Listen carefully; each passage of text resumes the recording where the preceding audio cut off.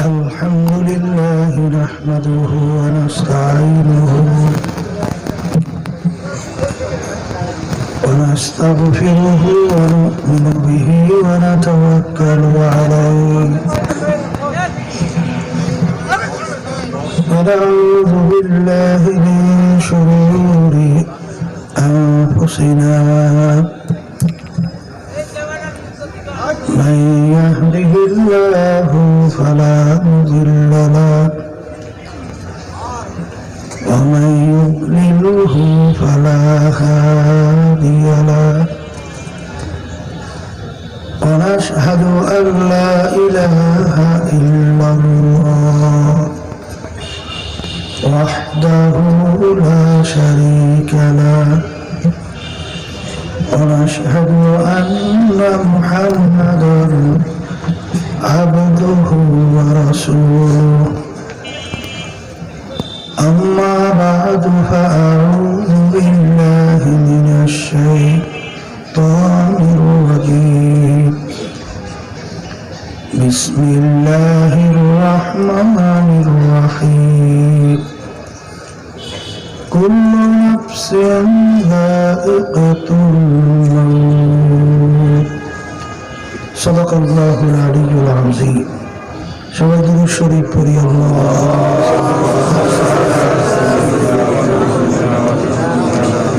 حبيبنا ومولانا محمد صلى الله عليه وعلى آله وصحبه وسلم اللهم صل على سيدنا ونبينا شفيعنا وحبيبنا ومولانا محمد صلى الله عليه وعلى آله وصحبه وسلم اللهم صل على سيدنا ونبينا شفيعنا وحبيبنا ومولانا محمد صلى الله عليه وعلى آله وصحبه وبارك وسلم শুকরিয়া আদায় করতেছি মহান রব্বুল আলামিনের দরবারে। রব্বুল আলামিন ফিতনা ফাসাদের যুগে বৃষ্টি বর্ষার মধ্যেও সুন্দর পরিবেশে আল্লাহ রাব্বুল আলামিন বেহেশতের বাগানের মধ্যে আমাদেরকে আসার বসা তিনি আলোচনা করার শোনার তৌফিক দান করছেন। শুকরিয়া তো আমি সবাই বলি আলহামদুলিল্লাহ। অনেক লোকের কানে মাহফিলের দাওয়াত পৌঁছার পরেও অনেকের সুযোগ থাকা সত্ত্বেও মাহফিলে আসে নাই। আবার তালাশ করলে দেখবেন বহু দূর থেকে কষ্ট স্বীকার করে। আমার অনেক ভাইরা মাহফিলে পাগলের মতো সুইটে চলে আসে। মান জাদ্দা ওয়াজাদা যে যে জিনিস পাওয়ার জন্য চেষ্টা করে ওই জিনিসে পাইয়াও যায়। দাদাজান আব্বাজান চরমনার জমিনে ঘুমায় আছে। আমার আব্বাজান বলতেন দিনী মাহফিলে প্রথম থেকে শেষ পর্যন্ত থেকে বাড়ি বিদায় হয়ে চলে গেলে আমল নামার মধ্যে কমপক্ষে হলেও 50 লক্ষ নেকি এরকম জমা হতেই পারে না। নিয়াত যাদের সহি আল্লাহকে রাজি খুশির উদ্দেশ্যে যারা আসছে রব্বুল আলামিন তাদের আমল নামার মধ্যে লক্ষ লক্ষ নেকি দান করবে। একটা নেকির মূল্য সম্পর্কে আল্লাহ রাসূল সাল্লাল্লাহু আলাইহি ওয়াসাল্লাম উহুদ পাহাড়কে ইঙ্গিত করে বলছিলেন পুরা পাহাড়টা যদি স্বর্ণের হয়ে যায় এর যত মূল্য হবে তুলনা ছাড়া একটা নেকির মূল্য অনেক বেশি। একটা নেকির প্রয়োজন সম্পর্কে আল্লাহ রাব্বুল আলামিন কুরআনুল কারীমের ভিতরে বলছেন ফামান ইয়া'মাল মিসকালা যাররাতিন খায়রান ইয়ারা ওয়া মান ইয়া'মাল মিসকালা যাররাতিন শাররান ইয়ারা। যারা পরিমাণ তোমার যদি নেকি থাকে তার ফল তুমি ভোগ করতে পারবে, আর যারা পরিমাণ যদি গুনাহও থাকে তার ফল ভোগ করতে হবে। একটা নেকির কত দরকার হবে, কিয়ামতের ময়দান এত ভয়াবহ কঠিন হবে। আল্লাহ রাব্বুল আলামিন কিয়ামতের ময়দানের অবস্থানটা বুঝাতে যাইয়া কুরআনুল কারীমের ভিতরে বলছেন, ইয়াউমা ইয়াফিরুল মার'উ মিন আখিহি ওয়া উম্মিহি ওয়া আবিহি ওয়া সাহিবাতিহি ওয়া বানিহি লিকুল্লি ইমরিইন মিনহুম ইয়াউমাইযিন শা'নুন ইউগনিহি। আল্লাহ রাব্বুল আলামিন বলছেন, কিয়ামতের ময়দানের অবস্থানটা এত ভয়াবহ হবে, মা পর্যন্ত সন্তানের পরিচয় না দিয়া সন্তান থেকে মা ভাইয়া যাবে। নেকি দেওয়া তো দূরের কথা, পরিচয়ই দিবে না। কথাটা আমি বলছি না আল্লাহ বলছেন? তাহলে কিয়ামতের ময়দানে একটা নেকি সংগ্রহের কোনো সুযোগ আছে? পাওয়া যায়? কিন্তু আজকে যারা মাহফিলে আসছেন, নিয়ত যাদের সহি, আল্লাহ কবুল করলে লক্ষ লক্ষ নেকি আল্লাহ আমলনামায় দান করবে। তা আমরা যারা মাহফিলে আসছি, জিএসসি রে ঠকছি, বলেন জিএসসি। আর যারা আসে নাই ঠকছে। এখন আপনি আর আমি বলি জিএসসি আর ওরা ঠকছে, কিন্তু এই বুঝটা বুঝবে কারা? শোনেন, আব্বাজান প্রায় বলতেন যারা মানুষ, এখন অনেক বলতে বুঝে আমরা মানুষ না, আর যারা আসে নাই বুঝে নাই তারা কি মানুষ না? এ আল্লাহর বান্দারা, পর্দা আলের মা বোনেরা, এইটা বুঝাবার জন্যই, বুঝবার জন্যই মাহফিলের ব্যবস্থা। শোনেন, দুনিয়ার ভিতরে একটা নিয়ম দেখবেন, যেই ধাতু যেই পরিমাণ মূল্যবান, ওই ধাতু দিয়া বস্তু তৈরি করলে তার মূল্য সেইভাবে হয়। যেমন লোহা দিয়া যদি আপনি একটা আংটি তৈরি করেন, ওর যা মূল্য হবে, ওই আংটি যদি আপনি রূপা দিয়ে তৈরি করেন, দাম বাড়ছে না কমছে? কারণ ওই ধাতুর মূল্য বেশি। স্বর্ণ দিয়ে যদি ওই আংটি তৈরি করেন, আরো বাড়বে, কারণ ধাতুর মূল্য বেশি হওয়ার কারণে বস্তুর দামও কি বাড়ছে। হীরা দিয়ে যদি কেউ তৈরি করেন, আরো বাড়বে। একই সাইজের একই কায়দার আংটি,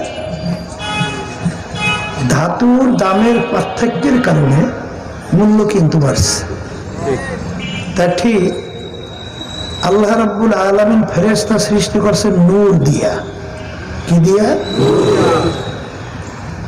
জিন জাতি সৃষ্টি করছেন আগুন দিয়া, আর মানুষ জাতি সৃষ্টি করছেন আল্লাহ মাটি দিয়া। মূল্যর দিক থেকে যদি আমরা আলোচনা করি, তাইলে নূরের মূল্য সবচেয়ে বেশি। কথা ঠিক কিনা? তাহলে নিয়ম অনুযায়ী ফেরেশতাদের সম্মান বেশি হওয়ার কথা। দ্বিতীয়, আগুনের সম্মান বেশি হওয়ার কথা। তৃতীয়, মাটির সম্মান। কথা ঠিক কিনা? কিন্তু আল্লাহ রাব্বুল আলামিন তো ঘোষণা করছেন, ওয়ালাকাদ কাররামনা বানি আদম, আমি মানুষকে সৃষ্টি করছি সবচেয়ে বেশি সম্মানিত করে। কিন্তু কোনো নিয়মে কিন্তু মেলে না। মেলে? বস্তুগত ধাতুগত দিক থেকে মেলে না। কিন্তু মানুষ সম্মানিত হইল কিভাবে, এইটা বোঝার জন্যই মাহফিল, আর বুঝবার জন্য মাহফিল। কথা ঠিক কিনা? শোনেন, আল্লাহ রাব্বুল আলামিন মানুষের ভিতরে এমন একটা পার্স দান করছে, ওই পার্সের কারণেই মানুষের সম্মান বাড়ে কমে। কথা ঠিক কিনা? যেমন একটা মোবাইল ছোট্ট পকেটের ভিতরে ধরে না, ধরে। একটা মোবাইলের মূল্য 5 লাখ টাকাও তো হয়, আছে না? আর একটা মাদার গাছের আলমিরা, ও 6-7 লম্বা, অনেক পাশ বড়, বিশাল দেহ প্রকৃতির। ওর মূল্য হয় 1000-1200 টাকা। কথা ঠিক কিনা? এত বড় হওয়ার পরেও কিন্তু আর মূল্য কম। আর মোবাইল কিন্তু ছোট্ট হওয়ার কারণেও আর মূল্য বেশি। কারণ কি, মোবাইলের ভিতরে এমন একটা শক্তি, ক্ষমতা, তাম দুনিয়ার যে কোনো প্রান্তের সংবাদ, তাম দুনিয়ার সবকিছু ক্যাচ করে নিয়ে আসতে পারে। এমনকি তাম দুনিয়ার যে কোনো প্রান্ত থেকে কথা বললে ছবি সহ দেখাও যায়, কথাও বলা যায়। কথা ঠিক কিনা? কিন্তু এই মোবাইলে পার যদি ফুরিয়ে যায়, ছাই পুড়িয়া ছাই, মেকারের কাছে নেওয়ার পরে মেকার যদি বলে এই পার্স পুড়িয়া ছাই হয়ে গেছে, এখন এই মোবাইলের মূল্য কয় টাকা হয়? আর কোনো মূল্য আছে? ও ফেলাই দেওয়া ছাড়া কোনো গতি নাই। আর ওই যে আলমিরা মাথার গাছ দিয়ে তৈরি করছে, ও যদি পয়সাও যায়, তারপরে আগুন জ্বালাই ভাত তরকারি পাক করে খাওয়া যায়। কথা ঠিক কিনা? তাই মানুষকে আল্লাহ রাব্বুল আলামিন সম্মানিত হিসেবে ঘোষণা করছেন। আল্লাহ রাব্বুল আলামিন ওই কুরআনুল কারীমের ভিতরে কিন্তু এই মানুষ সম্পর্কে বলছেন, উলাইকা কাল আনআম। এরপরে আল্লাহ বলেন বাল হুম আদাল। এরপরে আল্লাহ বলেন শাররুল বারিয়া। এক শ্রেণী মানুষ চতুষ্পায় জানোয়ারের মতো। এরপরে আল্লাহ বলেন তার চেয়েও খারাপ। এরপর আল্লাহ বলতেছেন একেবারে আমার যত মাখলুকাত, এর ভিতরে সবচেয়ে নিকৃষ্ট জানোয়ারের নাম হলো শূকর। এক শ্রেণীর মানুষ আছে যেই মানুষগুলো শূকরের চেয়েও খারাপ। তাহলে এক আয়াতে আল্লাহ বলছেন মানুষ সর্বশ্রেষ্ঠ সম্মানিত, অন্য আয়াতে আল্লাহ বলছেন এক শ্রেণী মানুষ শূকরের চেয়েও খারাপ। এখনই বুঝবেন ওমর ফারুক রাদিয়াল্লাহু তাআলা আনহুর নাম শুনছেন? কি শুনছেন? এই দ্বিতীয় খলিফা অর্ধেক দুনিয়া রাজত্ব করছিলেন, বাংলাদেশের মতো প্রায় 200 দেশের রাজা।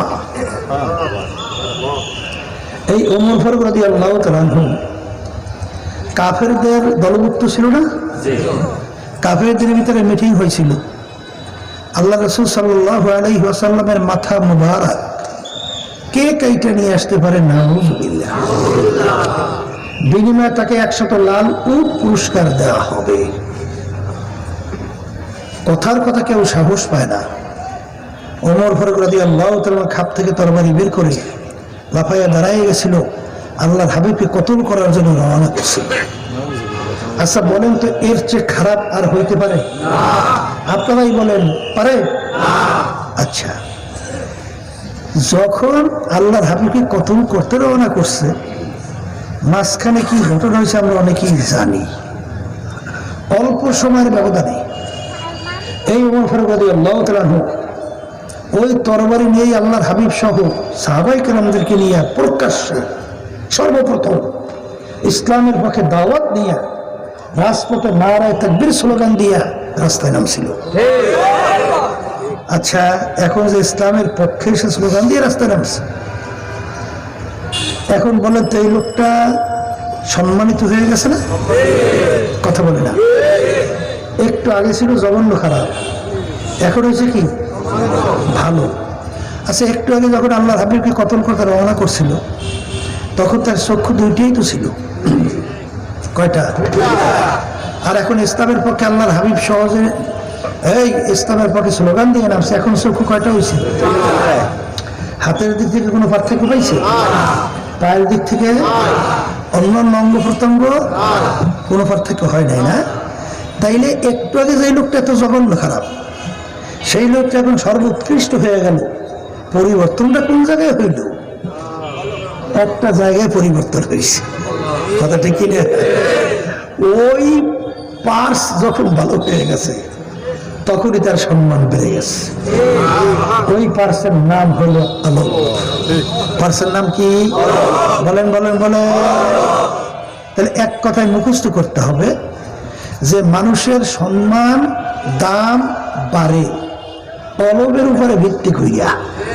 বলেন বলেন, এর উপরে ভিত্তি কইরা। অনেকের তো কলবের খবরই নেই। কলবের কি নাই? খবরই নেই। কিন্তু আল্লাহ রাব্বুল আলামিন তার রাসূলকে দুনিয়াতে পাঠাইছেন, পাঠানোর কোনো কারণ নাই। আল্লাহ হাবিব বলেন বুইসতু মুআল্লিমা, আল্লাহ রাব্বুল আলামিন আমাকে পাঠাইছেন ওস্তাদ হিসাবে। কি হিসাবে? শিক্ষক। এখন ওস্তাদ হিসেবে পাঠাইছেন, ছাত্র থাকা লাগবে না? ছাত্র হলো সাহাবায়ে কেরাম। সাহাবায়ে কেরামদের সংখ্যা প্রায় 1.5 থেকে 1.5 লক্ষের কাছাকাছি। কথা বলছেন? আল্লাহ নবী তাদেরকে শিক্ষা দিয়েছেন। এখন আল্লাহ রাসূল সাল্লাল্লাহু আলাইহি ওয়াসাল্লাম যে আসছেন উস্তাদ হিসাবে, সাহাবায়ে কেরামদেরকে কি শিক্ষা দিলেন?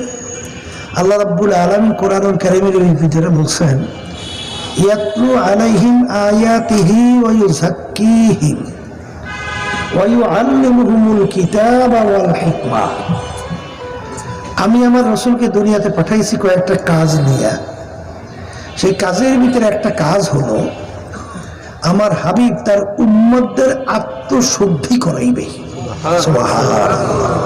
কি শুদ্ধি করাইবে? অর্থাৎ কলবকে পরিষ্কার করাইবে।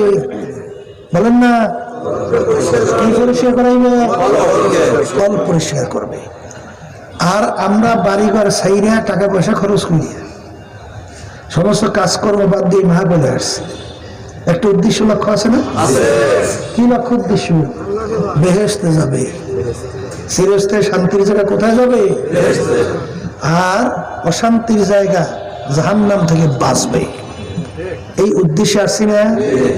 তাই এই উদ্দেশ্যে যদি আইসে থাকি, বেহেশতে যদি যেতে হয়, আল্লাহ রাব্বুল আলামিন তো কোরআনুল কারীমের ভিতরে শর্ত লাগাইছেন ইল্লা মান আতাল্লাহা বিকলবিন সালিম।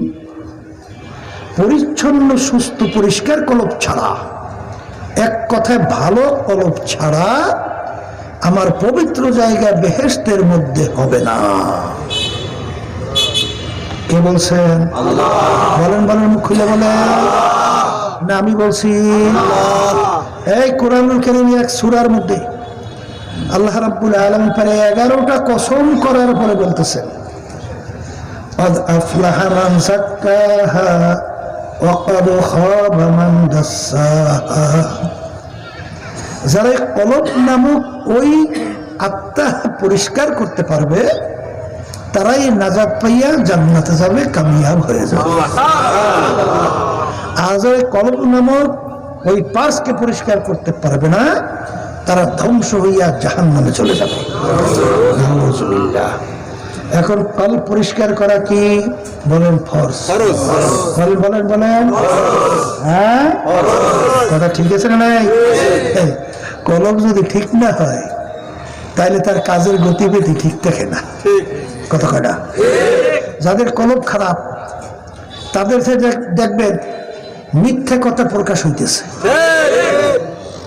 বর্তমানে বাংলাদেশে কিন্তু ইসলামের নামে দলও আছে, পা হইতে মাথা পর্যন্ত মনে হয় সব মিথ্যা কথা। ঠিক না বে? ঠিক। আমি আমার বাজানদেরকে জিজ্ঞেস করি, বাজান আল্লাহ রাসূল সাল্লাল্লাহু আলাইহি ওয়াসাল্লাম উপাধি পেয়েছিল আল আমিন। কি উপাধি পেয়েছিল? এইটা কারা? মুসলমানরা দেশে না বিজেপিরা দেশে? হ্যাঁ, আলামিন শব্দের অর্থ কি জানছেন? সত্যবাদী না? আলামিন শব্দের অর্থ কি? এর সে সত্যবাদী আর দুনিয়াতে ইতিহাসে দেখা যায় না। কথা ঠিক? আল্লাহ রাসূল সাল্লাল্লাহু আলাইহি ওয়াসাল্লাম উপাধি পেয়েছে, বলেন আবু বকরের উপর কি লাগা? সিদ্দিক। সিদ্দিক শব্দের অর্থ কি? পরম সত্যবাদী। হ্যাঁ বলে সত্যবাদী। আচ্ছা পাইলাম। এবার আল্লাহ রাব্বুল আলামিন কোরআনে হুকুম করেছেন ওয়াকুনু মাস সাদিকিন, তোমরা সংস্পর্শে যাও, ওই দলমুক্ত হও, তাদের সাথে সম্পর্ক রাখো যারা কি সত্যবাদী। আসতে বলে সত্যবাদী। তাহলে পাইলাম আল্লাহর হাবিবের লকব উপাধি সত্যবাদী, সাহাবায়ে কেরামদের উপাধি সত্যবাদী। আল্লাহ বলতেছে সংস্পর্শে যাও সত্যবাদী। আর যারা মিথ্যা বলে এরা আল্লাহর হাবিবের শাগরেদ হইতে পারে? এরা আল্লাহর হাবিবের দলভুক্ত হইতে পারে? এরা সিদ্দিকিন এই ওই যে আল্লাহ রাব্বুল আলামিন কোরআনুল কারীমের ভিতরে বলেন না, ইহদিনাস সিরাতাল মুস্তাকিম। জি, আল্লাহ আপনি আমাকে সিরাতাল মুস্তাকিমে চালান। কি দোয়া শিক্ষা দেয়? নামাজে পড়েন না পড়েন? কি পড়ছেন? কি পড়েন? ইহদিনাস সিরাতাল মুস্তাকিম। মালিক আপনি আমাকে সিরাতাল মুস্তাকিমে চালান। সিরাতাল মুস্তাকিম কোনটা? বলে সিরাতাল্লাযীনা আন'আমতা আলাইহিম, যেই পথে চলার পরে আপনার পক্ষ থেকে যাদের উপরে নেয়ামত বর্ষিত হয়েছিল তাদের পথে আমাদেরকে চালান। এখানে আল্লাহ রাব্বুল আলামিন কিন্তু সরাসরি বলেন নাই যে আমার কাছে তোমরা দোয়া করো, মালিক আপনি আমাকে কোরআন এবং হাদিসের রাস্তায় চালান। কি শিক্ষাতেছে? আসতে বলেন, শিক্ষাতেছে? তাই শিক্ষা কি দিয়েছে? যাদের উপর আপনার পক্ষ থেকে নেয়ামত বর্ষিত হয়েছে তাদের পথে চালান। কথা বলা। এখন কাদের উপরে আল্লাহর নেয়ামত বর্ষিত হয়েছে? আল্লাহর রহমত বর্ষিত হয়েছে, আল্লাহর রাজি খুশি আসছে। কোরআনুল কারীমে অন্য আয়াতে আল্লাহ বলেন, মিনান নাবিয়িনা ওয়াস সিদ্দিকিনা ওয়াশ শুহাদাই ওয়াস সালিহিন ওয়া হাসুনা উলাইকা রাফিকা। সুবহানাল্লাহ। মিনান নাবিয়িন, এরপরে কি? সিদ্দিকিন। এখানেও সিদ্দিকিন শব্দের অর্থ কি? আসতে বলে, আবার একটু মুখ খুললে বলে সত্যবাদী। না তাইলে সব জায়গায় পাইছেন সত্যবাদীর সাথে সংস্পর্শে যাওয়া, তাদের সাথে সম্পর্ক রাখা। কিন্তু যারা ইসলাম নাম দিয়ে মিথ্যা বলে, এ কি আল্লাহর রাসূলের দলভুক্ত থাকতে পারে? একটু বলেন না, বলেন বলেন। পারে পারে পারে। এই কপাল পোড়ারা, চরমনের কিছু মুজাহিদের কথা শোনা যায়, এরা নাকি এই জাতীয় নির্বাচনের সময় এরাও নাকি বিভিন্ন ধরনের স্থবির হয়ে গেছে, বিভিন্ন পথে হাঁটছে। বাংলাদেশে কিন্তু ইসলামের পথে বাক্স কিন্তু একটাই ছিল, জাতীয় নির্বাচন।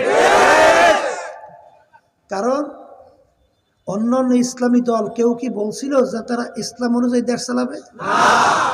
আমার জানা কিন্তু নেই, আপনাদের জানা থাকলে বললেন। বলছিল? তাই একটা দল বাংলাদেশে বলছে যদি আল্লাহ ক্ষমতায় নেয় ইসলাম অনুযায়ী দেশ চালাবে, শরিয়া অনুযায়ী দেশ চালাবে। শরিয়া মানে ইসলাম, শরিয়া মানে কি? কথা ঠিক না বে? ঠিক। আচ্ছা, এখন যারা চরমনের মুহিব্বিন মুজাহিদ দাবি কইরা যারা এই ইসলামের বিপক্ষে অবস্থান নেছেন, আমি জেলা দায়িত্বশীল সহ বিভিন্ন দায়িত্বশীলদেরকে বলতেছিলাম, একেবারে জেলা থেকে শুরু করে একেবারে ওয়ার্ড পর্যায় পর্যন্ত আমাদের যতগুলো সংগঠন আছে, মুজাহিদ কমিটি হোক, আন্দোলন হোক, সহযোগী যত সংগঠন হোক, এমনকি হালকা কমিটি হোক, আরও আদার যা আছে, এই পুরা ওয়ার্ড পর্যায় পর্যন্ত যারা এই জাতীয় নির্বাচনের সময় চুপ রয়েছে অথবা তলে তলে অন্যত্র কাজ করছে অথবা প্রকাশ্যে অন্য কাজ করছে, এদেরকে কোথাও কোনো জায়গায় সদস্য পদেও কোনো দায়িত্বে রাখা যাবে না। যদি আর ব্যতিক্রম কেউ করেন তাইলে সে এই সংগঠনের আমিরের কথা মানেন নাই। কথা পরিষ্কার। সর্বনয় তো দলবাড়ি করতে চায় না, কিছু স্বচ্ছ, কিছু ওয়ালাকাদ কাররামনা বানি আদম, এই চরিত্রবান করতে চায়। কথা বুঝছেন? ওই গেছিলাম সেদিনকার তো বাগেরহাট মাহফিলে, বাগেরহাট মাহফিলে যাওয়ার পরে এখন পুরান এক মুজাহিদ সে এসে আমাকে বলছে, হুজুর আমারে মাফ করে দেন। কি হয়েছে, মাফ করবো কেন? করে, হুজুর আমি নির্বাচন অন্য প্রার্থীর পক্ষে কাজ করছি। আচ্ছা, কিন্তু হুজুর ভোটটা হাত পাখাইয়ে দিছি বলতেছে। আমি বলি, আপনার এই ভোট দেওয়ার কোনো মূল্য নাই। আপনি যে ক্ষতিটা করছেন ইসলামে আর সর্বনাই, আপনার এই ভোট দিয়ে কোনো মূল্য নাই, আপনি আমার সামনে দিয়ে সরেন। হ্যাঁ কইতেছে, হুজুর একটু মাফ করিয়ে দেন। আমি করে শোনে, ইসলামের পক্ষে জাতীয় নির্বাচনে বাক্স ছিল একটা, কথা ঠিক না? এক বাক্সের বিরুদ্ধে আপনি অবস্থান নিয়েছেন, মাপ অন্যায় করলে করছেন আল্লাহর সঙ্গে, আপনি মাপ চাইলে আল্লাহর সঙ্গে চান। আর একটা কথা, আপনি চরমুনাইর পরিচয় দিয়া, চরমুনাইর মুরিদ দাবি করিয়া আপনি পরিচয় দিয়া চলবেন না। কথাটা বুঝাইতে পারছি? আর আপনারাও যারা চরমুনাইর সাথে জড়ানোর পরেও আপনাদের জ্ঞান আমাদের সে বাইরে গেছে, বুঝ বেশি হয়েছে, তারা চরমুনাইর পরিচয় দিয়ে চলবেন না। যেদিকে ভালো লাগে সেদিকে যান। হুদুদি এখানে এসে ঝামেলা বাজাইয়েন না, আর এখানে ইসলামকে ক্ষতিগ্রস্ত করিয়েন না। এই নির্বাচন, এই যে রাজনীতি করে কি মনে করছেন? আব্বাজান থেকে শুরু করে উজান বাইতে বাইতে আইছি। উজান বোঝেন? মানে স্রোতের বিপরীত, কারণ নাম দিছে ইসলাম। আর যখন নাকি এই সমঝোতার মূল কারিগর তো ছিলাম আমি, কথাটা বুঝেন? যখন নাকি কওমি ঘরানা সব ওই দলগুলোকে এক জায়গায় নিয়ে আসছি, রাস্তার পথে যাইয়া জামাতে সে যোগ হয়েছে, এই লাগে আরো দুই একটা দল যোগ হয়েছে। যখন দেখি তারা ঘোষণা দেয় ইসলাম অনুযায়ী দেশ চালাবে না, আর যখন ঘোষণা দেয় বৈষম্য দূর করব, মেয়ে ছেলেরা সরো, মেয়ে বন্ধুরা আসো, এই বৈষম্য কি আমি করছি? মেয়ে ছেলেদের ভিতরে পার্থক্য করছে কে? বৈষম্য এখন কাকে বুঝায়? ইমান থাকে, পাগলামি মনে করছেন?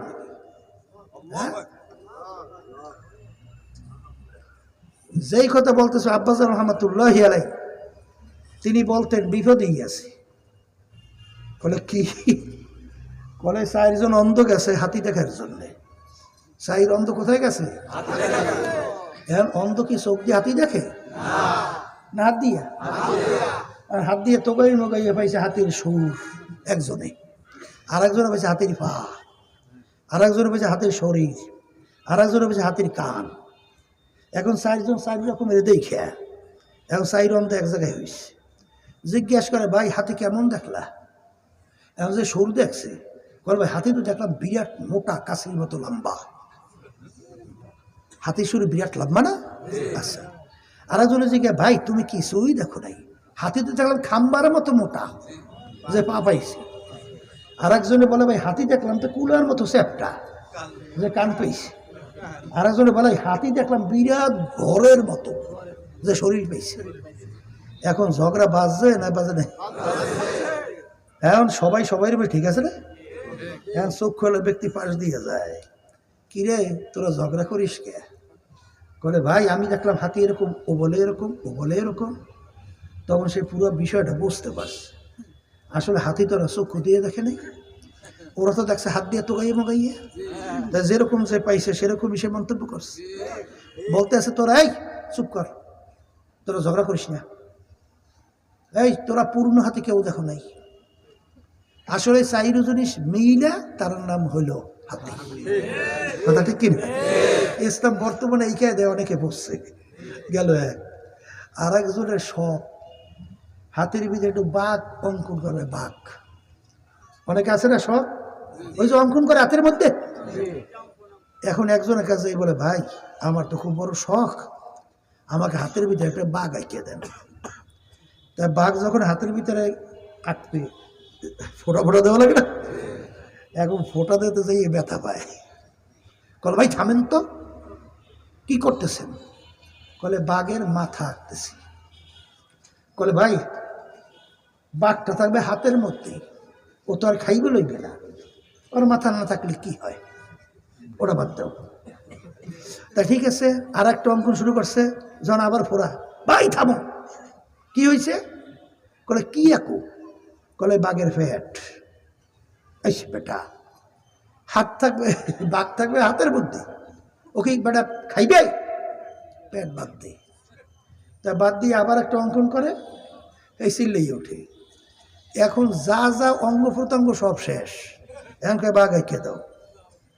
এখন এই অঙ্কনকারী বলতেছে, যেই বাঘের মাথা নাই, যেই বাঘের পেট নাই, যেই বাঘের লেজ নাই, যেই বাঘের পা নাই, যে বাঘের কান নাই। এইরকম বাঘ আমি তো ভালো কথা আমার বাপেও দেখে নাই, আমার 14 গোষ্ঠী কেউ দেখে নাই। যে বাঘ আমি দেখি নাই এই বাঘ আমি অঙ্কন করব কিভাবে? কথা ঠিক কিনা? নাম তো ইসলাম আছে, কোন জায়গায় ইসলাম নেই। এই ইসলাম বাপের পর শুনিও নাই, দেখিও নাই, আর আল্লাহ রাসূল সাল্লাল্লাহু আলাইহি ওয়াসাল্লাম ইসলাম নিয়ে আসেও নাই। কথা ঠিক না? এই জন্য আমার বাজানদেরকে বলবো, পর্দারে মা বোনদেরকে বলবো, পা খুব সতর্ক অবস্থায় সামনে বাড়াতে হবে। তোমার কবর কি সর্বনাই যাবে না? তুমি কবরে যে পরিচয় দেবে আমি সর্বনাই মুরিদ, হ্যাঁ? তাহলে তুমি সর্বনাই মুরিদ কবরে চলবে না। তাহলে তুমি যদি পরিচয় দাও আমি আওয়ামী লীগের লোক, বিএনপির লোক, জাতীয় পার্টির লোক, বিএনপির লোক, আমি জামাতের লোক, আমি অমুক টুমুকের লোক, এই পরিচয় বুঝি কবরে চলে? হ্যাঁ? তাই কবরে পুরস্কার থেকে তোমার দল দিয়ে যাবে, তোমার দলের নেতারা দিয়ে আসবে না, তোমার পুরস্কারটা তুমি দেবা কি? এই জন্য তো আল্লাহ রাসূল সাল্লাল্লাহু আলাইহি ওয়াসাল্লাম বলছিলেন, ফাতেমা রে, হে ফাতেমা, দুনিয়ায় থাকা অবস্থায় নিজে আমল করো, জাহান্নামের আগুন থেকে বাঁচো, এরপরে অন্ধকার কবরে যাইয়া শো। ফাতেমা যদি কবরে এই পরিচয় দাও আমি আখেরি জামানার নবীর মেয়ে, আল্লাহ রাসূল সাল্লাল্লাহু আলাইহি ওয়াসাল্লাম বলতেছেন, ফাতেমা এই পরিচয় কবরে কোনো কাজ হবে না।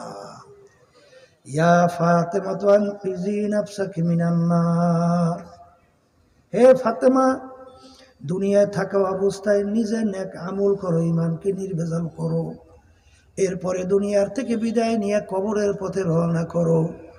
হে ফাতেমা, কবরে যদি এই পরিচয় দাও আমি আখিরি জামানার নবীর মেয়ে, ফাতেমা রে, এই পরিচয় কবরে কোনো কাজ হবে না। আল্লাহ রাসূল সাল্লাল্লাহু আলাইহি ওয়াসাল্লাম তার মেয়ের ব্যাপারে যে কবরে কোনো নাজাতের গ্যারান্টি দিতে না পারে, এমন কোন দল আছে, নেতা আছে, এমন কোন পীর আছে, পীরের মুরিদ আছে, এমন কোন দল আছে, দলের নেতা নেত্রী আছে, এমন কোন বড় মেয়ে আছে, ছোট মেয়ে আছে যে তার নিজেদের লোকদেরকে নাজাত করে জান্নাতে নিতে পারবে? কি মনে করেন? পারবেনি? আবার জোরে বলেন না। এই যাদের কলম ভালো হয়ে যায়, ও হুঁশ থাকতে জীবনে একটা মিথ্যা কথা বলতে পারে না, আর যেটার কলম খারাপ ওটা অহরহ মিথ্যা বলতেই থাকে। এই যে যুদ্ধ চলছিল ইরান, ইসরায়েল, আমেরিকা, চলছিল না? এই যত সংবাদ প্রকাশ পাইছে এর ভিতরে মিথ্যা কইছে কারা? আমেরিকালারা, ইসরায়েলেরা, ইহুদিরা, খ্রিস্টানরা। কথা বলে না? এই আল্লাহর হাবিবের সাগরেতেরা, সিদ্দিকের সাগরেতরা, আল্লাহর হুকুম পালনকারীরা, তারা কখনোই মিথ্যাবাদী হতে পারে না, তারা হইতে হবে সত্যবাদী। তাহলে মিথ্যা বলবে কারা? যারা ইহুদিরা ছাড়া খ্রিস্টানদের দোষর হবে, ওরাই হলো মিথ্যা। কথা ঠিক কিনা? পাগলামি মনে করিয়েন না। এই একবার যার থেকে মিথ্যা প্রকাশিত হয়, যার থেকে একবার মিথ্যা প্রমাণিত হয়, প্রকাশিত হয়, ওর সাক্ষী গ্রহণযোগ্য? হ্যাঁ, কি এটা কি শরিয়াত? শরিয়াতের ভিতরে যার থেকে একবার মিথ্যা প্রমাণিত হয় তার সাক্ষী গ্রহণযোগ্য না। এটা শরিয়াতের মাসালা। যার থেকে একবার মিথ্যা প্রমাণিত হবে তার থেকে হাদিসের রয়াত সনদ বয়ান করা জায়েজ নাই, ওর থেকে হাদিস গ্রহণ করা যাবে না। এই জন্য দেখবেন হাদিস বয়ান করার জন্য যারা রাবি থাকবে, বর্ণনাকারী থাকবে, তাদের ভিতরে একটা শর্ত হলো সেটা। কথা ঠিক কিনা? এই জন্য দেখবেন তাদের ভিতরে একটা গুণ থাকা লাগবে, আদালত, ন্যায়পরায়ণতা। কথা ঠিক নেবে? ঠিক। এই জন্য আমার বাজানদেরকে বলবো, পর্দারে মা বোনদেরকে বলবো, খবরদার, আল্লাহ কিন্তু মিথ্যাবাদীদের সাথে থাকতে বলে নাই। বলছে বলছে বলছে বলছে আর সিদ্দিকিনদের সাথীরাও কিন্তু মিথ্যাবাদী হইতে পারবে না, আল্লাহর হাবিবের উম্মতরাও মিথ্যাবাদী হইতে পারবে না। কথা ঠিক না? তাহলে যাদের কলব ভালো, আল্লাহর ফজল করমে, তারা মিথ্যা বলতে পারবে না।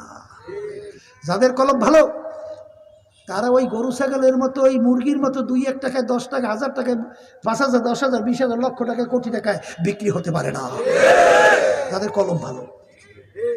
আর কলম যেগুলো খারাপ, ওই কলমের বড় একটা রোগ, হুব্বু দুনিয়া রাসু কুল্লি খতিয়াতি। আল্লাহ রাসূল সাল্লাল্লাহু আলাইহি ওয়াসাল্লাম বলছেন, সমস্ত গুনার মূলই হলো এই দুনিয়ার মোহ, ক্ষমতার মোহ, সম্মানের মোহ, সম্পদের মোহ।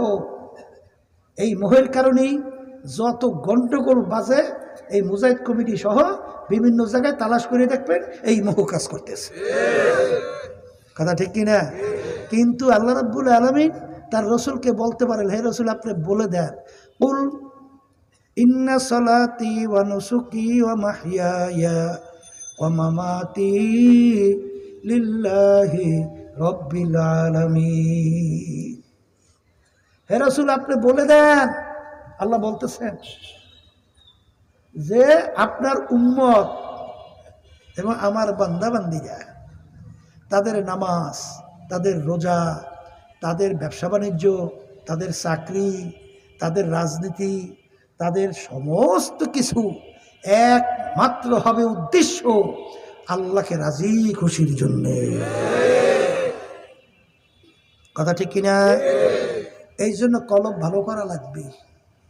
আর এই কলব ভালো করার জন্যই এই যে চরমনাই তরিকা পীর মুরিদি, আর এই কলব ভালো করার জন্য ঔষধ খাওয়া লাগবে। আর এই তরিকার 5 ঔষধ এখন তো অনেক পুরান মুজাহিদরা ছাইরেই দিয়েছে, ছাড়ছে না? ওই যারাই ঠিক মতো ঔষধ পালন করে না, ওদের ভিতরে ভেজাল ঢোকে। আমি যতটুকু দেখছি, তথ্য নিছি, পাইছি। কথা ঠিক না? এই রোগ ভালো করার জন্যই তরিকার ঔষধ বাজার। কষ্ট যত হোক এই ঔষধ ছাইরেন না, এই ঔষধ ঠিকমতো পালন করেন। কারণ আমাদের উদ্দেশ্যকে কালবে সালিম নিয়ে আল্লাহর কাছে যাওয়া লাগবে। এছাড়া পরিত্রাণ পাওয়া যাবে না, এছাড়া জান্নাতে যাওয়া যায় না। আল্লাহ রাব্বুল আলামিন কোরআনুল কারীমের ভিতরে অসংখ্য জায়গায় আল্লাহ রাব্বুল আলামিন বলছেন যে ইল্লা মান আতাল্লাহা বিকলবিন সালিম, পরিচ্ছন্ন স্বচ্ছ কলব ছাড়া আমার পবিত্র জায়গা বেহেশতে জায়গা হবে না। এই জন্য আমার বাজানদেরকে বলবো, পর্দালে মা বোনদেরকে বলবো, যেই কথা বলতে চাইছিলাম যে আমাদের দাম বাড়ে কমে কির উপরে ভিত্তি কইরা?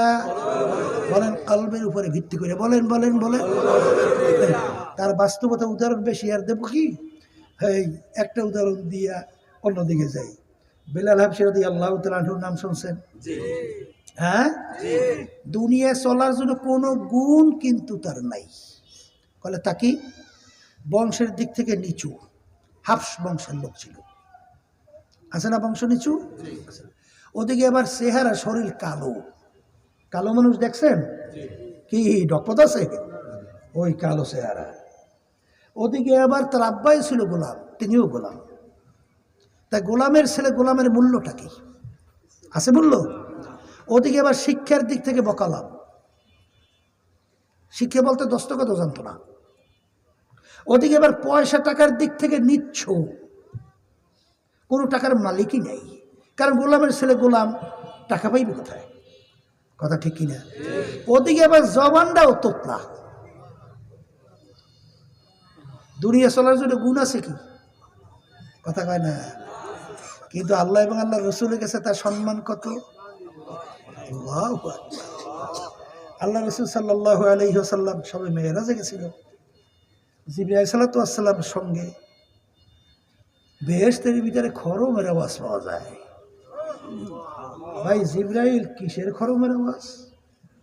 হে আল্লাহ রাসূল সাল্লাল্লাহু আলাইহি ওয়াসাল্লাম, আপনার বেলালের খরমের আওয়াজ পাওয়া যায়। বেহেশতের ভিতরে আল্লাহর হাবিবের আগে কেউ ঢুকতে পারবে না। যেই বাহনের উপরে আল্লাহর হাবিব বসা অবস্থায় বেহেশতে ঢুকবেন, সেই বাহনের রশিটা ধরা থাকবে কার হাতে? বেলাল হাবশী রাদিয়াল্লাহু তাআলা আনহু। কথা ঠিক কিনা? আল্লাহর হাবিবের মসজিদের মুয়াজ্জিন নিযুক্ত আল্লাহর হাবিব করছিলেন। সাহাবায়ে কেরামের সিদ্ধান্ত অনুযায়ী আল্লাহর হাবিব যখন বলে বেলাল ফজরের আজান নতুন মুয়াজ্জিন দিবে, নতুন মুয়াজ্জিন আজান দেয়, সাহাবায়ে কেরাম মসজিদে আসলো। আল্লাহর হাবিব মেম্বারের ভিতরে বসা। সময়ের পর সময় যায়, অন্ধকার পরিষ্কার হয় না। জিবরাইল আলাইহিস সালাতু ওয়াস সালাম হাজির। আল্লাহ হাবিব বলেন, ভাই জিবরাইল, অন্ধকার কেন পরিষ্কার হয় না? জিবরাইল আলাইহিস সালাতু ওয়াস সালাম বলেন, হে আল্লাহর রাসূল, আজকে আপনার মসজিদের মধ্যে কেন ফজরের আজান হয় না? আল্লাহু আকবার। আল্লাহ নবী সাল্লাল্লাহু আলাইহি ওয়াসাল্লাম বলেন, ভাই জিবরাইল, আপনি কি বলছেন? ফজরের আজান তো অন্য অন্য দিনের চেয়ে আরো ভালোভাবে আজকে হয়েছে। বলে, আল্লাহর রাসূল, প্রতিদিন আপনার এই মসজিদের আজান আমার মালিকের আরশ থেকে শোনা যায়, কিন্তু আজকে আপনার এই মসজিদের আজান মাওলার আরশে পৌঁছে নাই। তাড়াতাড়ি বেলালকে নিয়ে আইসে আজান দেওয়ান। বেলাল আজান না দিলে অন্ধকার পরিষ্কার হবে না। কি বুঝেন? হ্যাঁ, তাহলে বুঝা গেল এই সম্মান বাড়ে কিসের উপরে ভিত্তি কইরা? বলেন বলেন বলেন। সাহাবায়ে কেরাম মসজিদের ভিতরে আল্লাহর হাবিব সহ বসা।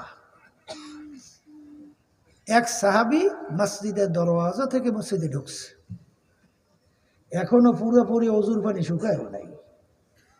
আল্লাহ নবী সাল্লাল্লাহু আলাইহি ওয়াসাল্লাম তাকে ইঙ্গিত করে বলতেছেন সাহাবায়ে কেরামদেরকে লক্ষ্য করে, এই তোমরা যদি বেহেশতে লোক দেখতে চাও, তাকে ইঙ্গিত করে বলতেছেন তাকে দেখে নাও।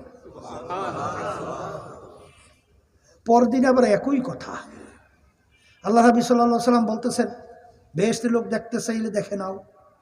দেখে ওই একই ব্যক্তি। তৃতীয় দিন আল্লাহ নবী বলতেছেন, বেহেশতে লোক দেখতে চাইলে দেখে নাও। দেখে একই ব্যক্তি। সাহাবায়ে কেরাম আশ্চর্য হয়ে গেল, আল্লাহ নবী যাকে বেহেশতে লোক বলছেন, এ বেহেশতে কোনো সন্দেহ আছে? তাহলে ঈমান থাকবে? আশা থাকবে না। তাইলে এখন চিন্তা করছে সাহাবায়ে কেরাম, এ কি আমল করে যে আমলের কারণে বেহেশতের সুসংবাদ বারবার পাইতেছে। একজন যাই তার বাড়িতে মেহমান হয়েছে, দেখতেছে এই সুফি চাপি রাত্রে কি আমল করে। দেখে আল্লাহর বান্দা এশার নামাজ আদায় করিয়া খানা দানা খাইছে বা আগে পরে খাইছে, খাওয়ার পরে বিসমিল্লাহ আল্লাহুম্মা বিইসমিকা আমুতু ওয়া আহইয়া, কি দোয়া পড়ছে? ঘুমের দোয়া পড়ছে। পড়ে আস্তের উপরে ঘুম। আবার যখন সুবহ সাদেক হয়েছে, আল্লাহর মধ্যে দোয়া পড়ি, আলহামদুলিল্লাহিল্লাযী আহইয়ানা বা'দা মা আমাতানা ওয়া ইলাইহিন নুশুর। উইঠে ওযু টুযু সাইরা এই জামাতে মসজিদে নামাজ পড়ছে। এরপরে তারা অন্য হালাল রুজি কামাই জন্য কাজ করে চলে গেছে। ভিন্ন কোনো আমল রাত্রে আর পাওয়া যায় নাই। এখন সাহাবী চিন্তা করলো যে ব্যাপার কি, এ তো তেমন কোনো ব্যতিক্রম আমল কিছুই দেখলাম না। তাহলে আল্লাহ রাসূল সাল্লাল্লাহু আলাইহি ওয়াসাল্লাম বারবার যে তাকে বেহেশতের সুসংবাদ দিল, কারণ তা মনে করছে আজকে একটু অসুস্থ থাকতে পারে, তা আর একদিন থাইকে দেখি, হয়তো ব্যতিক্রম আমল পাওয়াও যাইতে পারে। পরদিন দেখে একই আমল, খুব পার্থক্য নেই। পরদিন দেখে একই আমল, পার্থক্য তেমন নাই। এখন সে চিন্তিত যে কোন আমলের কারণে তাকে আল্লাহ রাসূল সাল্লাল্লাহু আলাইহি ওয়াসাল্লাম এত সুসংবাদ দিল। তাহলে সেই চিন্তা করে আর তার কাছে জিজ্ঞেস করে, ভাই আমি যে আমলগুলো আপনার দেখলাম, এর থেকে ব্যতিক্রম কোনো আমল আপনার আছে? আমল মানে কাজ। কল না ভাই, এর সে ব্যতিক্রম কোনো কাজ আমার আমল আর নাই। এই কলে ব্যাপার কি? এবার চিন্তা করার হাটে তখন সাহাবী ডাক দিয়ে বলেন, ভাই শোনেন, আমার আর একটা আমল আছে। বলে কি আমল? বলে আমার কলবটা একেবারে ঝকঝকে পরিষ্কার। তখন সাহাবী বলতেছেন কাজ হোগা, কাজ হোঙ্গা, কাজ হয়ে গেছে। এই কারণেই আল্লাহ রাসূল সাল্লাল্লাহু আলাইহি ওয়াসাল্লাম তাকে বেহেশতের সুসংবাদ দিয়েছেন। হে আল্লাহর বান্দারা, কলবকে পরিষ্কার করেন।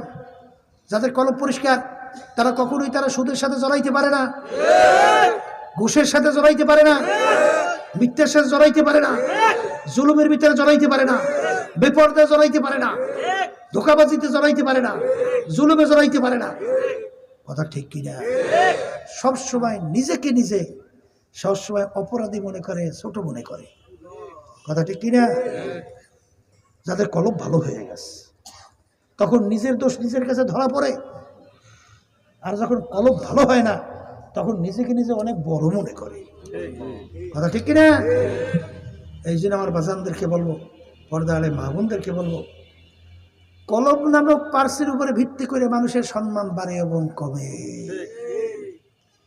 এই কলব পরিষ্কার করা লাগবে কি লাগবে না? একটু আসতে বলেন, বলেন লাগবে। তাই কলব পরিষ্কার করার জন্যে হাদিসের ভিতরে অনেক আল্লাহ রাসূল সাল্লাল্লাহু আলাইহি ওয়াসাল্লাম আমাদেরকে প্রেসক্রিপশন করিয়ে ঔষধ দিয়েছেন। তার ভিতরে একটা হলো বেশি বেশি মৌতের মুরাকাবা। কথা বোঝেন? বেশি বেশি আল্লাহর জিকির করা, কোরআনুল কারীম বেশি বেশি তেলাওয়াত করা, আর সাদিকিন বান্দাদের সংস্পর্শে থাকা। কথা ঠিক কিনা? কারণ কি তা জানেন? এর ইতিহাস তার অভাব নাই। বাবা জালালউদ্দিন রুমি রহমাতুল্লাহি আলাইহির নাম শুনছেন? ওই জমানার ভিতরে বিশ্ববিখ্যাত আলেম না, বিশ্ববিখ্যাত আলেম বাবা জালালউদ্দিন রুমি নাম শুনছেন? শামস তিবরিজি রহমাতুল্লাহি আলাইহি তার পীর সাহেব হুজুর, তার ওস্তাদ মুরব্বী, সে বলতেছেন বাবা শামসুত তিবরিজি, রোম দেশের ভিতরে একটা পাত্র আছে, এই পাত্রটাকে একটু গরম করে আসতে পারো? বলে হুজুর আপনি দোয়া করলে পারবো। যাও বাবা, দোয়া করে দিলাম। এখন শামসুত তিবরিজি রওনা করে যায় কই? রোম দেশে যায়, রোম দেশ। এখন যাই জিজ্ঞেস করে, ভাই আমি তো আসছিলাম একটা উদ্দেশ্য লক্ষ্য নিয়ে। কি লক্ষ্য উদ্দেশ্য? কলে আমি একটু মাওলানা জালালউদ্দিন রুমি তার সঙ্গে দেখা করতে চাই। কোথায় পাবো? কলে আপনি এখানেই অপেক্ষা করেন, এই পথ থেকেই জালালউদ্দিন রুমি দেখবেন ঘোড়ার প্রেস হওয়ার থাকবে, তার আশেপাশে সাগরেতের কোনো অভাব নাই। অনেক বড় বিশ্ববিখ্যাত আলেম তো, সাগরেতের অভাব নাই। তাই যে ঘোড়ার পিঠে সওয়ার থাকবে সেই হলো জালালউদ্দিন রুমি। হ্যাঁ, এরপরে হঠাৎ দেখে খুব জাকসব সহকারে মাওলানা জালালউদ্দিন রুমি আসতেছে, ঘোড়ার পিঠে সওয়ার, আশেপাশে অনেক সাগরেত। যখন তার কাছাকাছি আসছে, শামসুত তিবরিজি রহমাতুল্লাহি আলাইহি তার ঘোড়ার লাগাম থাবা দিয়ে ধরছে। জালালউদ্দিন রুমি বলতেছেন, ভাই আপনি আমার ঘোড়ার লাগাম ধরছেন কেন? ব্যাপার কি? কলে ভাই আপনি কি মাওলানা জালালউদ্দিন রুমি? কলে হ্যাঁ আমি জালালউদ্দিন রুমি। কলে আচ্ছা মাশাআল্লাহ, তাহলে ভাই বলেন তো এলেম কাকে বলে? কি প্রশ্ন করছে? বিশ্ববিখ্যাত একজন আলেম, তাকে এলেমের সংজ্ঞা জিজ্ঞে, পরিচয় জিজ্ঞে, তারিফ জিজ্ঞে। হাস্যস্কর না? কথা বলে না? মায়ের কাছে মামু বাড়ির গল্প করে, কথা বলছে, মায়ের কাছে মামু বাড়ির গল্প। তাই মামু বাড়ির গল্প করে মায়ের কাছে, মায়ের বাড়ি কোনটা? কথা বলছেন না? বুঝেনি? তাহলে যারা নাকি এলেমের ধারক বাহক তাদের কাছে পরিচয় আছে এলেমের পরিচয়। এখন সে তো বিভিন্ন দিক থেকে ব্যাখ্যা বিশ্লেষণ দিয়ে এলেমের পরিচয় তারিফ সংজ্ঞা দিচ্ছে। শামসুত তিবরিজি রহমাতুল্লাহি আলাইহি বলেন, ভাই এলেমের পরিচয় হয় নাই। এলেমের পরিচয় কি বলেন আপনি? এলেমের পরিচয় হয় নাই? তা আপনি বলেন তো এলেম কাকে বলে? শামসুত তিবরিজি রহমাতুল্লাহি আলাইহি বলেন, এলেম বলা হয় ওই জ্ঞান অর্জন করাকে যেই জ্ঞান অর্জন করার মাধ্যমে নিজেকে নিজের থেকে পৃথক করা যায়। নিজেকে বলেন, নিজেকে নিজের থেকে পৃথক করা যায়। নিজেকে নিজে আমি পীর, আমি মুফতি, আমি মুহাদ্দিস, আমি চেয়ারম্যান মেম্বার, এমপি মিনিস্টার, আমি সভাপতি সেক্রেটারি, আমি বড় বংশের, আমি বড় শিক্ষিত, আমি ডক্টর, আমি অমুক টমুক সমুক। এই আমি আমি আমি আমি আমি নিজেকে নিজের থেকে পৃথক করা যায়। এর নাম কি? মাওলানা জালালউদ্দিন রুমি রহমাতুল্লাহ আলাইহি ঘোড়ার পিঠ থেকে লাফ দিয়ে পড়ে তাকে জড়াইয়া ধরছে। হুজুর, আপনি আমাকে ইলম শিক্ষা দেন। আলহামদুলিল্লাহ, এমন ইলম শিক্ষা পাইল, এমন ইলম শিক্ষা দিল। এই মাওলানা জালালউদ্দিন রুমি রহমাতুল্লাহ আলাইহি বলেন, খুদ বা খুদ মাওলানা রুমি না শোধ, তা গোলামে শামসুত তিবরিজি না শোধ। আমি রুমি ততক্ষণ পর্যন্ত রুমি হতে পারি নাই যতক্ষণ পর্যন্ত শামসুত তিবরিজির শাগরেদ হইতে পারি নাই। এই জন্য আমার বাজানদেরকে বলবো, পর্দা আলে মা বোনদেরকে বলবো, বাজান কোন দুনিয়ার পিছনে পড়লা? हकीकत से तो दुनिया बेखबर है, हकीकत से तो दुनिया बेखबर है, दुनिया की नुमाइश पर नजर है। हे बड़ लोक आमार बाबारा, धनी आमार बाबारा, हे बड़ वंशेर आमार बाबारा, बड़ शिक्षित आमार बाबारा, हे पर्दार आড়ালের মা বোনেরা,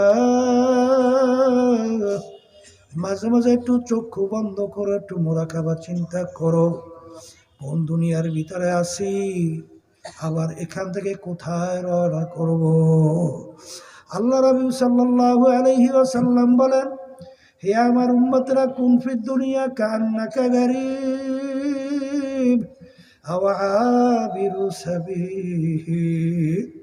হে আমার উম্মতরা, দুনিয়ার একটা মুসাফির খানা। কি খানা? আবার বলেন, আবার বলেন, আবার বলেন, কি খানা?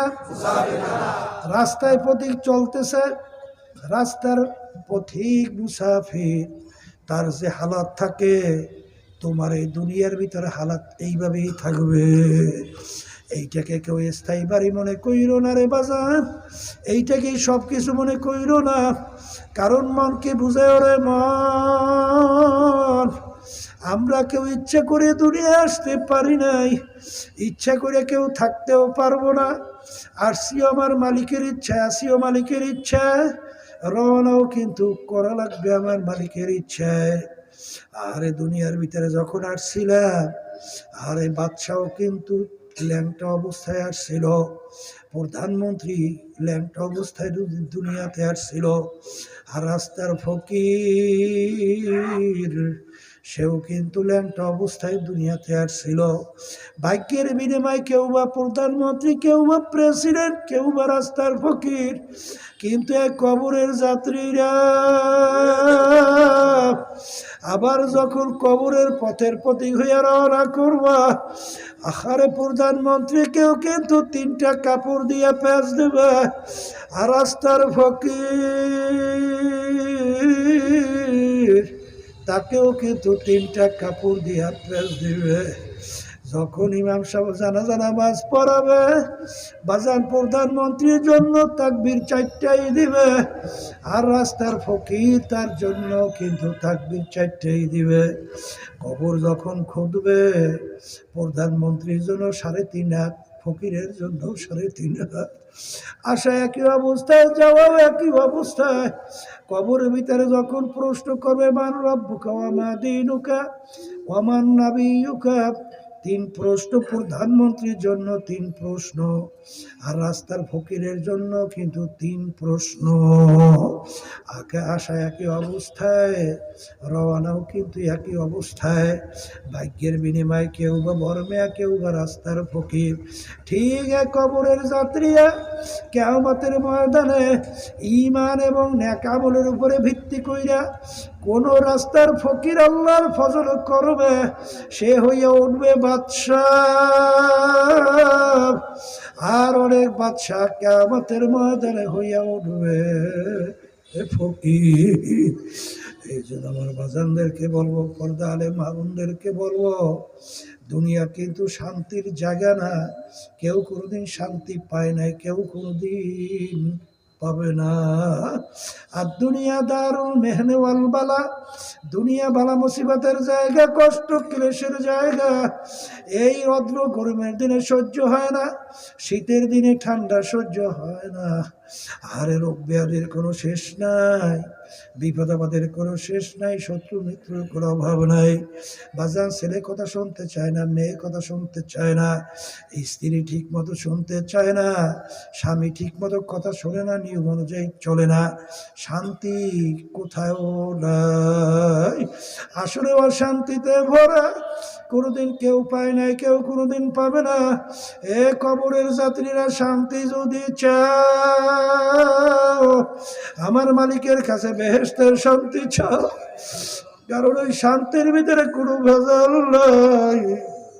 আর অশান্তির কিয়ামতের ময়দানে তার ভিতরেও কোনো ভেজাল নাই। এই কবরের যাত্রীরা যারা মুসলমান দাবি করে, যারা ঈমান আনছেন, আল্লাহর উপরে বিশ্বাস রাখেন, আল্লাহর হাবিবকে যারা আল্লাহর নবী বইলে স্বীকার করেন, যারা আখিরাতকে বিশ্বাস করেন, যারা বেহেশত জান্নাত বিশ্বাস করেন, আমি সেই বাজানদেরকে বলবো, পর্দা আলেম মা বোনদেরকে বলবো, ইল্লা মান আতাল্লাহ বিকলবিন সালিম, পরিচ্ছন্ন সুস্থ কলব ছাড়া আমার মালিকের বেহেশতে যাওয়া যাবে না। কলবের রোগগুলা জানা লাগবে, সেগুলা দূর করতে হবে। কলবের উল্লেখযোগ্য রোগের ভিতরে একটা হলো তাকাব্বুরি, আমি ভালো আমি বড়, আর একটা হিংসা, অন্যের উন্নতি দেখে সহ্য করতে না পারা, আর একটা রোগের নাম হলো দুনিয়ার মহব্বত, সম্পদের মহব্বত, সম্মানের মহব্বত, টাকার মহব্বত, দুনিয়াদার দলের মহব্বত। এইটা অন্তরে একটা রোগ, এইটা দূর করতে হবে। ওজব দূর করতে হবে, নিজের কাছে আশ্চর্য হওয়া, লোভ দূর করতে হবে। লোভের কারণে অনেক সময় মানুষ কুফরি পর্যন্ত পয়সা যায়। বাজান অন্তরের রোগগুলো, আহারে গিবার শিকায়ত থেকে বাঁচা লাগবে। বাজান এই অন্তরের যে বিভিন্ন কুমন্ত্রণা থেকে বাঁচা লাগবে। এই রোগগুলা দূর করার জন্যই আমার বাজানদেরকে বলবো, পর্দা আলেম মা বোনদেরকে বলবো, আজকে শরীরের রোগ হইলে আমরা ডাক্তারের কাছে যাই।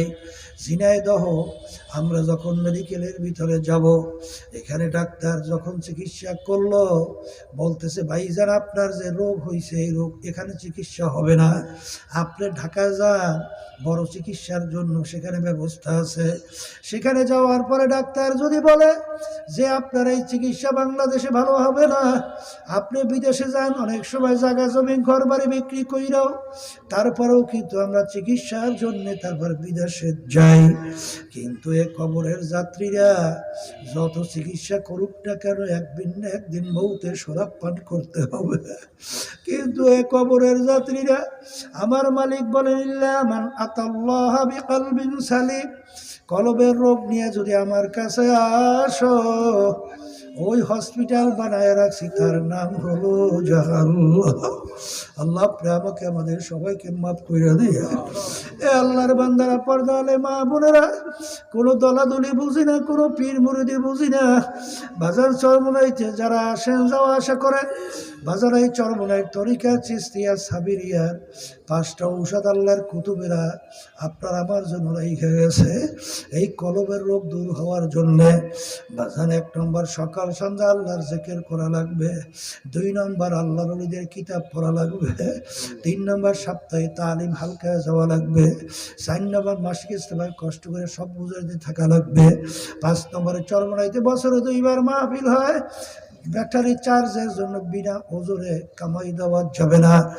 এ আল্লাহর বান্দারা, চরমনাই তরিকার এই ঔষধ পালন কইরা পরীক্ষা কইরা দেখো। যদি বাজান পরিষ্কারভাবে বলছি, যদি নিয়ম অনুযায়ী আদায় করার পরে যদি তোমাদের কলবের রোগ পরিবর্তন আসে না, এক কথায় আগে তুমি যেই গুনাহগুলো করতা এখনো সেই গুনাহগুলোই করতেছ, গুনার থেকে ফিরতে পারো না। তোমাদের ন্যাকের দিকে আমলের দিকে ঝোঁকে না। আগে চোখে পানি আসতো না, এখনো চোখে পানি আসে না। আগে কলম নরম হয় নাই, এখনো কলম নরম হয় নাই। তাইলে বুঝতে হবে চরমোনাই আমাদের এই ডাক্তারি প্রেসক্রিপশন অনুযায়ী বাজান কাজ হবে না। বাজান চরমোনাই থেকে অন্যত্র কোথায় কোনো হক্কানি আলেম, হক্কানি পীর বুজুর্গ, হক্কানি কোন সিলসিলার সাথে জড়াইয়া তারপর হয়ে চিকিৎসা করো, কলবের চিকিৎসা করো, তারপর দুনিয়া থেকে বিদায় নিয়ে কবরে যাও। কারণ একবার যদি কেউ কবরে ঠইগা বস, দ্বিতীয়বার দুনিয়াতে শাফিল কইরা জিতবার কিন্তু আর আশা নাই। এই কবরের যাত্রীরা দুনিয়ার যেখানে কাজে যদি 5 বারও কেউ ঠইগা যাও, আবার ওই কাজের ভিতরে চেষ্টা করলে জিতবার আশা করা যায়। কিন্তু কবরে যাই যদি একবার কেউ ঠইগা বসো আর দ্বিতীয়বার দুনিয়াতে এসে আপিল কইরা জিতবার কিন্তু আর আশা নাই। এই জন্য আমার ভাইদেরকে বলবো, পর্দা আলেম আমনদেরকে বলবো, আজকে দুনিয়ার দিকে লক্ষ্য করে একটু মুরাকাবা করো। বাজার আজকে সাধারণ দুনিয়ার আগুনের ভিতরে একটু আঙ্গুল ঢুকাইয়া দেখো, কয় মিনিট কয় সেকেন্ড ওই আগুনে আঙ্গুল রাখতে পারবা। কিন্তু আল্লাহ রাসূল সাল্লাল্লাহু আলাইহি ওয়াসাল্লাম বলে, হে আমার উম্মতেরা, দুনিয়ার আগুনের চেয়ে 70 গুণ তেজের আগুন জাহান্নামের আগুন। আপনি আমাকে আমাদের সবাইকে মাফ কইরা দিয়ে ওই আগুনের ভিতরে কেমনে জ্বলবা মনকে বুঝাইয়া তারপর কবরে রওনা করো। আজকে দুনিয়া থেকে বিদায় নিয়ে কবরে দেওয়ার পরে বাজার ডানের দিকে তাকাইয়া যখন দেখে মাটি, বামের দিকে তাকাইয়া দেখে মাটি, নিচে মাটির বিছানা, উপরেতে চাপা মাটি, ভাইগা যাইতে পারবা না। এখন না ফারমান দিক বিদিক হারাইয়া আমার আল্লাহকে ডাকবে, আল্লাহ আল্লাহ আল্লাহ। আমার মালিক বলে, ওর নেমো খারাপ, দুনিয়ার ভিতরে তোকে আমি পাঠাইছিলাম আমার ইবাদতের জন্যে। ইবাদত অর্থ মালিকের হুকুম অনুযায়ী চলার জন্যে, আল্লাহর হুকুম অনুযায়ী চলার জন্যে। ওরে নেমো খারাপ, দুনিয়াতে আমার হুকুম অনুযায়ী চলার জন্যে তোদেরকে আমি দুনিয়ায় পাঠাইছিলাম এবং তোদেরকে আমি পরীক্ষার জন্য স্বাধীনতা দান করছিলাম। বাজান আম হিল হুমরুয়াইদা, আমি তোমাদেরকে স্বাধীনতা দান করছিলাম কেন? লিয়াবলুয়াকুম আইয়ুকুম আহসানু আমালা, পরীক্ষা নেওয়ার জন্য কে আমার হুকুম অনুযায়ী ভালো কাজ করো আর কে আমার হুকুমের বিরুদ্ধাচরণ করো। এই পরীক্ষার জন্য আমি তোদেরকে স্বাধীনতা দান করছিলাম। এই স্বাধীনতার ভিতরে যা মনে কর তা করবি, এই স্বাধীনতার ভিতরে আমি তোদেরকে কোনো বাধা দেব না।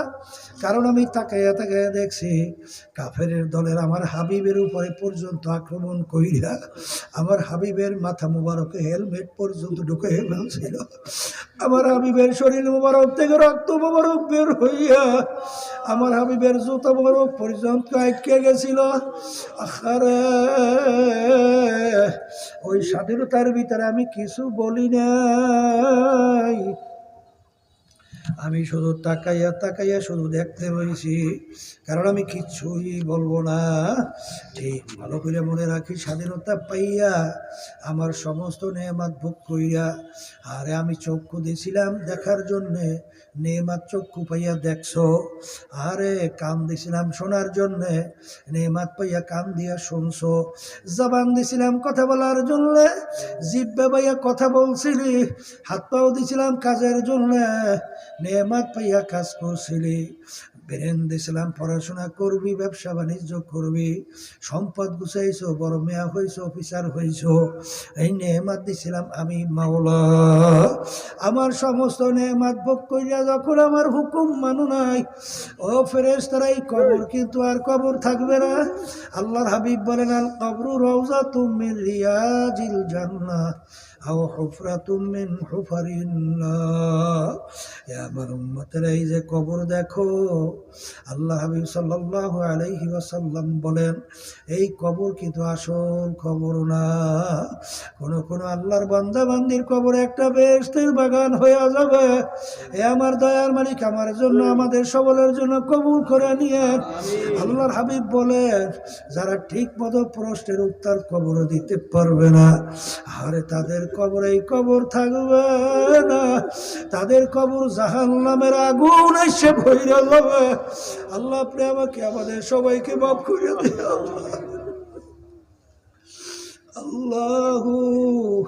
আল্লাহ রাসূল সাল্লাল্লাহু আলাইহি ওয়াসাল্লাম বলেন, হে আমার উম্মতেরা, আহারে তিসআতুন ওয়া তিসঈনা তিন্নিনান লাউ নুফিকা ফিল আরদি মা আনবাতাত খাদরা। কোন নাফরমানের কবরের ভিতরে একটা দুইটা নয়, 99টা বিষাক্ত সাপ জমা হইয়া যাবে। কিয়ামত পর্যন্ত নাফরমানকে পেঁচাইয়া পেঁচাইয়া কিয়ামত পর্যন্ত ঠুকরাইতে থাকবে। ওই সাপের কেমন বিষ হবে, আল্লাহর হাবিব বলেন, জমিনে দেখে মুখ করিয়া ফুঁক দিলে গাছপালা মাথা জাগাতে পারতো না। আল্লাহ আপনি আমাকে আমাদের সবাইকে মাফ করে দিয়ে। আল্লাহ বাজান, এরপরও কত ঘটনা আমার মালিক দুনিয়ার মধ্যেও দেখায়। বাজান, সেদিনকার আমি আল্লাহু আকবার, আমি মাহফিল করে আসছিলাম, আল্লাহু আকবার, সেখানে দায়িত্বশীলরা বলতেছে, হুজুর এই হিজলার মধ্যে হুজুর চরমনে এক মুজাই ছিল, চরমনায় তরিকার খুব পাগল ছিল, সবসময় মাওলার জিকির করত। হুজুর কয়েক বছর পর যখন তার কবর ভেঙে গেল, দেখি হুজুর একেবারে কবর কাপড়ের কাপড় সহ লাশ তাজা পইরা রয়েছে। তখন বাজার সেই কবরের সামনে দাঁড়াইয়া জিয়ারত করিয়া সেদিনকে আসলাম। আল্লাহ, কুড়িগ্রাম গেছিলাম, চরমনায় মুজাহিদ ছিল। বাজান দুনিয়ার থেকে বিদায় নিয়ে কবরে যাওয়ার পরে 32 বছর পরে যখন নদীর ভাঙ্গলে কবর ভেঙে গেল, আরে 32 বছর পরে কাপড়ের কাপড় সহ লাশ তাজা বের হইয়া আসছে। এখন উঠাই নিয়ে আব্বাজান রহমাতুল্লাহি আলাইহি তার নামের মাদ্রাসা ফজলুল উলুমের সামনে নতুনভাবে দাফন করছে। কয়েক মাস আগেও সেই কবর আমি জিয়ারত করিয়া আসছি। বাজান, যত ঘটনা মাঝে মাঝে আমার মালিক কবরে কাপড়ের কাপড় সহ তাজা দেখায়। নেককার পরহেজগার আল্লাহওয়ালা ছাড়া দেখা যায় না।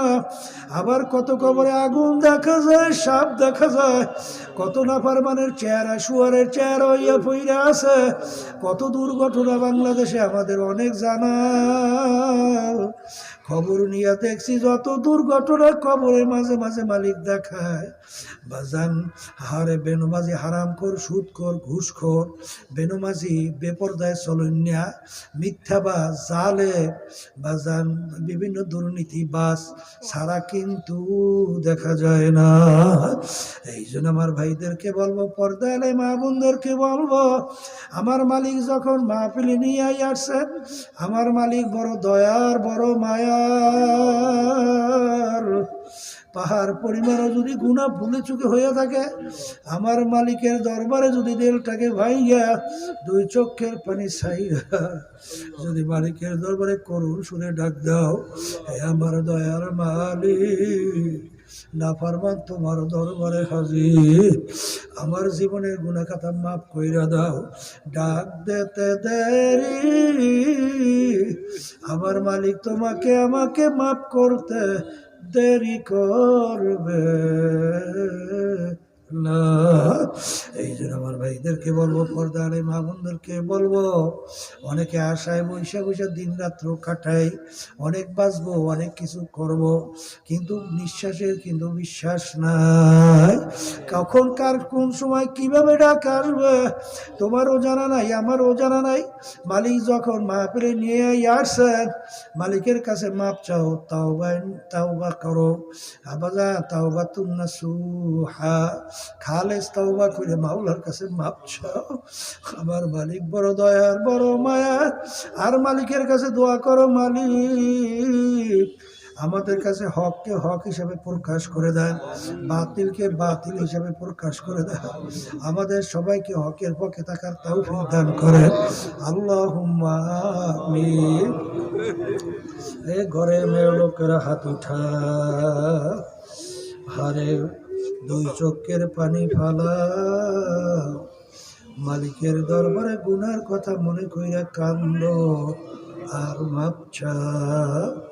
যদি কান্না না আসে মন কি বুঝারে মন, একদিন এই ঘরের দরজা দিয়ে নতুন বউ হয়ে উছিলারে মন।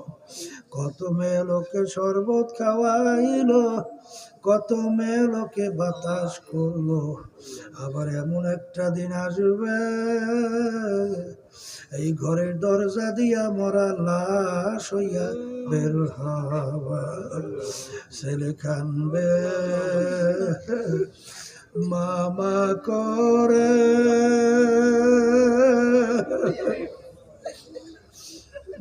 কানবে মা করে, জবাব তো আর দিবা না। আল্লাহ আপনি মাঠের দিকে চাইয়া দেখে আপনার বান্দারা কিভাবে কান্দে। মালিক আমাদের ছেলেও মরে নাই, মেয়েও মরে নাই, গুনাহ করে বসছি রে, মাফ করে দেন গো মাওলা, মাফ করে দেন। আল্লাহর বান্দারা জোর করে কান্দে, জোর করে কান্দে। সন্তান মারা গেলে চোখে পানি আসে, সম্পদ নষ্ট হয়ে গেলে চোখের মধ্যে পানি আসে। তোমার আমার গুনার কারণে জাহান্নামের আগুন জ্বলছে, ওই জাহান্নামের আগুন চোখের পানি ছাড়া ঠান্ডা হবে না।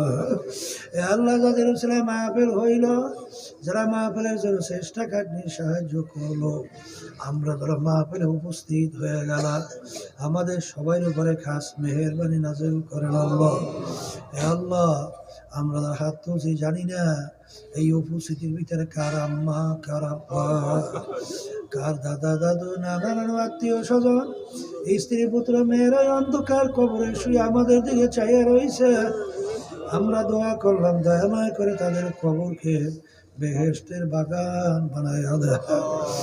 আল্লাহ, আল্লাহ তামাম ইসলাম মুসলমানদেরকে হেফাজত করে, বাংলাদেশের ভিতরে ইসলাম মুসলমানদেরকে হেফাজত করে, হককে হক হিসেবে প্রকাশ করেন, বাতিলকে বাতিল হিসেবে প্রকাশ করে, আমাদের সবাইকে হকের পক্ষে থাকার তৌফিক দান করে। শয়তান নফসে আমার দোকান থেকে আপনি আমাকে আমাদের সকলকে হেফাজত রাখেন। আল্লাহ আমাদের সকলের মেয়েদেরকে, ছেলেদেরকে, স্ত্রী, আত্মীয় সবাইকে আল্লাহ দিনদার হিসাবে কবুল করে নিয়েন। তামাম উম্মতে মুহাম্মদকে আপনি দিনদার হিসেবে কবুল করে নিয়েন।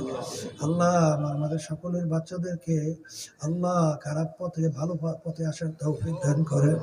হক্কানি আলেম, আলেমা, হাফিজ হিসেবে কবুল করে নিয়েন। সুবহানা রাব্বিকা রাব্বিল ইজ্জাতি আম্মা ইয়াসিফুন ওয়া সালামুন আলাল মুরসালিন।